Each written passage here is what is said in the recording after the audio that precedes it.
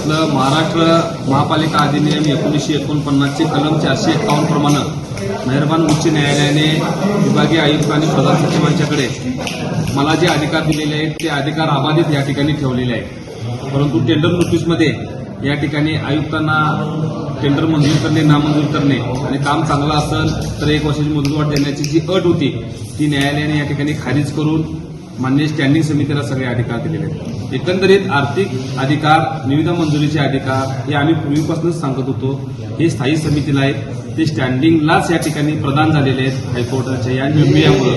आणि सभा कायदेशीर काय बेकायदेशीर आणि ठराव क्रमांक 172 हा बेकायदेशीर काय याचा निर्णय विभागीय आयुक्तांच्याकडे या ठिकाणी 451 प्रमाणे चालेल।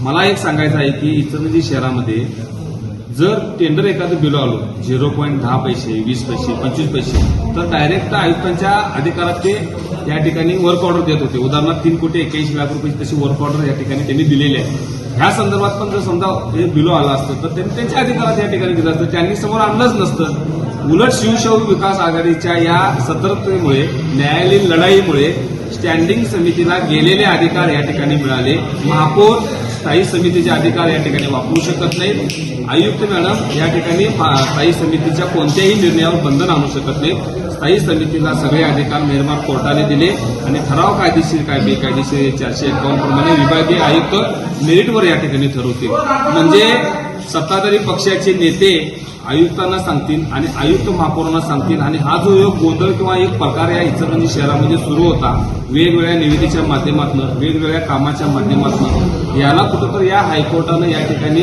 स्थगिती दिलेली आहे, याला कुठंतरी चपराक बसलेले असं म्हणावं लागेल। आणि मला सगळ्यात शेवटचं सांगायचं आहे की हळवंकर साहेबांच्या स्टँडिंगच्या सदस्यानं की हे अंदाजपत्रक चुकीचं आहे, हे अंदाजपत्रक फुगवलेलं आहे, या अंदाजपत्रकामध्ये प्रचंड भ्रष्टाचार आहे, हे अंदाजपत्रक वेगवेगळं करावं आणि याचं वेगवेगळे झेडवर वेगवेगळ्या हिशोबाने हे टेंडर या ठिकाणी शहरामध्ये काढावं प्रसिद्ध करावं असं त्यांची पूर्व मागणी होती।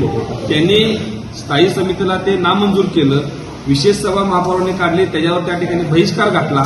माझं आजही म्हणणं ठाम आहे की हळवंकर साहेबांच्या या सगळ्या स्टँडिंग सदस्यांनी यांनी पूर्वी घेतलेल्या भूमिकेवर ठाम राहावं आणि इचलकरंजीच्या जनतेचा जो पैसा भ्रष्टाचाराच्या रूपानं यातून जाणार होता त्याला लगाम लावण्याचं काम आज मेहरबान कोर्टानं हळवंकर साहेबांच्या गटाला या ठिकाणी अधिकार दिलेले आहेत। त्यामुळे पूर्वीच्या निर्णयावर त्यांनी ठाम राहावं असं आमचं या ठिकाणी तुमच्या माध्यमातून या ठिकाणी त्यांना विनंती आहे, आव्हान आहे।